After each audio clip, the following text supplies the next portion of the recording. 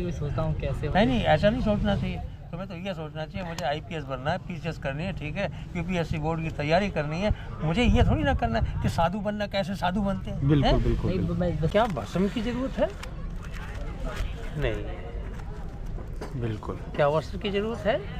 नहीं। मतलब जो नागा साधु होते हैं वो मतलब बिना कपड़ों के, चाहे सर्दी हो चाहे गर्मी हो चाहे बरसात हो, उसके अंदर बिना कपड़ों के बहुत सारे नागा साधु ऐसे होते हैं, सिर्फ अपने उस पर जो राख होती है, जो मिट्टी होती है, जो अपनी बॉडी पे लगाए रहते हैं, तो मतलब उनको ठंड नहीं लगती कुछ ऐसा।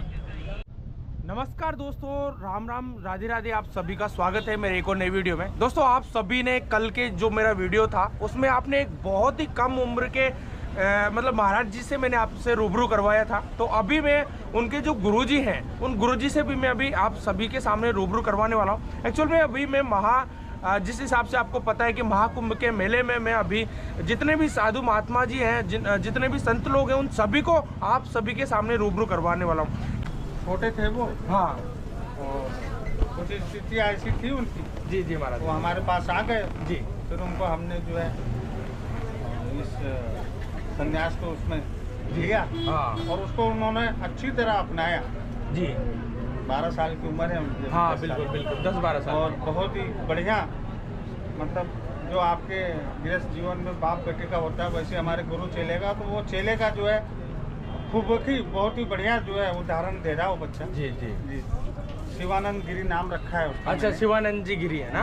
वैसे आज मैंने आपका भी वीडियो देखा था कि आप बहुत ठंड में, मतलब कड़कड़ाटे की ठंड थी, और आप यहाँ पे इसके नीचे बैठकर स्नान कर रहे थे। एक्चुअल में आपको ठंड नहीं लगती महाराज जी? क्योंकि नहीं लगती तो है बेटा, लेकिन सनातन धर्म के लिए हम लोग नागा लोग हैं, हम लोग आदि अनादि से करते हुए ये भी कर रहे हैं, लोक कल्याण के लिए करते हैं। हमारे लिए हम क्या करते हैं? कुछ नहीं करते। जन कल्याण, लोक कल्याण, जिसमें शांति बने रहे, इसलिए ये तपस्या मैं करता हूँ। सुबह 4:15 बजे रात को घड़े भर देंगे और सुबह मेरे ऊपर जो है ये डालते हैं। अच्छा, मतलब यही नहीं, गर्मियों में मैं फुल गर्मी में मई महीने के अंदर 11 धुने चेतन करके उसके बीच में बैठता हूँ। अच्छा, धोनी के बीच के अंदर? हाँ, 11 अगल बगल में धुने चेतन होंगे, उसके बीच में बैठता हूँ। क्या बात है। तो राधे राधे महाराज जी। राधे। महाराज जी, मैं थोड़ा कुछ पूछना चाहूँगा कि जिस हिसाब से जो महाकुंभ का जो मेला लगता है 12 साल के अंदर, तो यहाँ पे अचानक से बहुत सारे साधु महात्मा एकदम से, मतलब लाखों करोड़ों की संख्या में यहाँ पे आ जाते हैं। तो महाराज जी, वो इतने टाइम से वो साधु महात्मा कहाँ रहते हैं? थोड़ा सा। समुद्र मंथन के दरमियान जी, अमृत की प्राप्ति हुई। जी, उस अमृत कलश को लेकर के, जी, ठीक है, असुर लोग जो है भाग रहे थे। जी, तो उनसे छीन करके धन्वंतरी जी जब लेके चले, जी, और जब उन्होंने रुक करके पीछे उन असुरों को देखने की कोशिश की, तब तक वो जल अमृत जो है छलका पृथ्वी पे। जी, तो उसका काल खंड भी उतना ही समय का था जी, कि जैसे हमारे कुंभ होते हैं, हर 12 साल में महाकुंभ आता बिल्कुल, है, बिल्कुल। 6 साल में कुंभ आता है। बिल्कुल। तो उस हिसाब से जितना समय धन्वंतरी को एक स्थान से दूसरे स्थान पहुंचने में लगा, और वहां से पीछे पलट के देखने में लगा, जी, ये बिल्कुल है अमृत की जहाँ जहाँ वर्षा छींटे पड़ी, जी, वहीं कुंभ का प्रयोजन होता है। तो सनातन की जो आस्था है, जी, ये त्रेता नहीं सतयुग से ही चली आ रही है। जी, बिल्कुल, ठीक है। तो ये मंथन भी जो हुआ, जी, ये सतयुग में ही हुआ। जी, उस मंथन के अंदर में देव, दानव, गंधर्व, किन्नर, मानव, ठीक है, बिल्कुल, सुर, असुर, पशु, पक्षी सभी शामिल थे।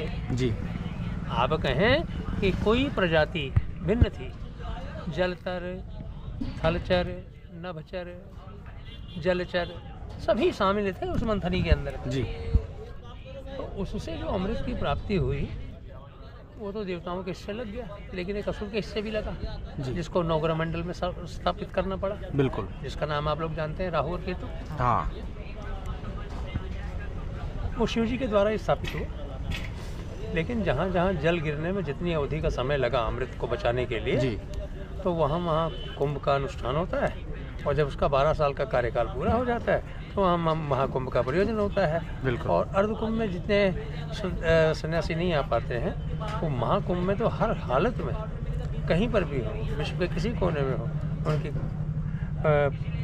यही एक संघर्ष रहता है कि हमें महाकुंभ में जो है शिरकत करनी है, पहुंचना ही पहुंचना है। तो इसलिए आप देखते होंगे महाकुंभ के अंदर में इतने लाखों करोड़ों साधु एकत्र हो जाते हैं। बिल्कुल बिल्कुल। मैं एक चीज़ और पूछना चाह रहा था महाराज जी, जिस हिसाब से अपने उस पर जो राख होती है, जो मिट्टी होती है, जो अपनी बॉडी पे लगाए रहते हैं, तो मतलब उनको ठंड नहीं लगती कुछ ऐसा?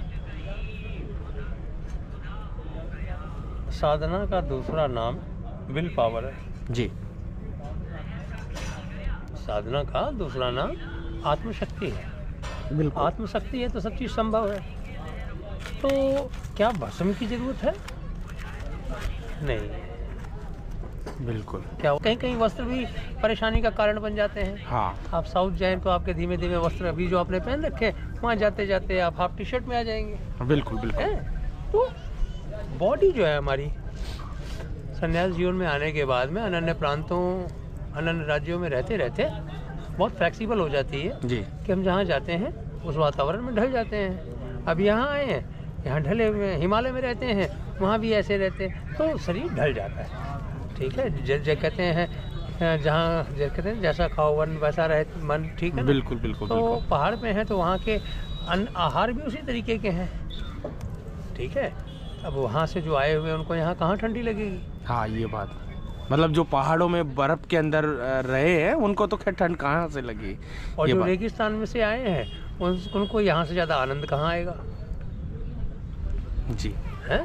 बिल्कुल। जो अरावली की ऊंचाई से आए हैं उनको ऐसी कोई निर्मल बहती हुई नदी कहाँ से मिलेगी माँ के रूप में? है बिल्कुल बिल्कुल। तो हर चीज़ें जो हैं एक दूसरे से कनेक्टेड है, जुड़ी हुई हैं। समय समय पे जो है इस 12 साल के अंदर में आने वाली इस आयोजन पे अपने सनातन के मूल लोगों को अपनी धर्म से जुड़े रहने के लिए इसको का आयोजन होता रहता है और ये सदैव होता रहेगा। महाराज जी, एक चीज़ और थी मेरी, मतलब जैसे कि अभी मतलब जो साधु संत है, क्योंकि मैं तो इतना ज़्यादा नहीं जानता महाराज जी ना, लेकिन मैं जैसे अघोरी साधु संत अलग होते हैं या फिर जो नागा साधु अलग होते हैं, मतलब मेरे को थोड़ा सा बताओगे? इसके बारे में जो मैं कहना चाहूँगा, हाँ। ये सब पंथ हैं, समुदाय हैं उनके।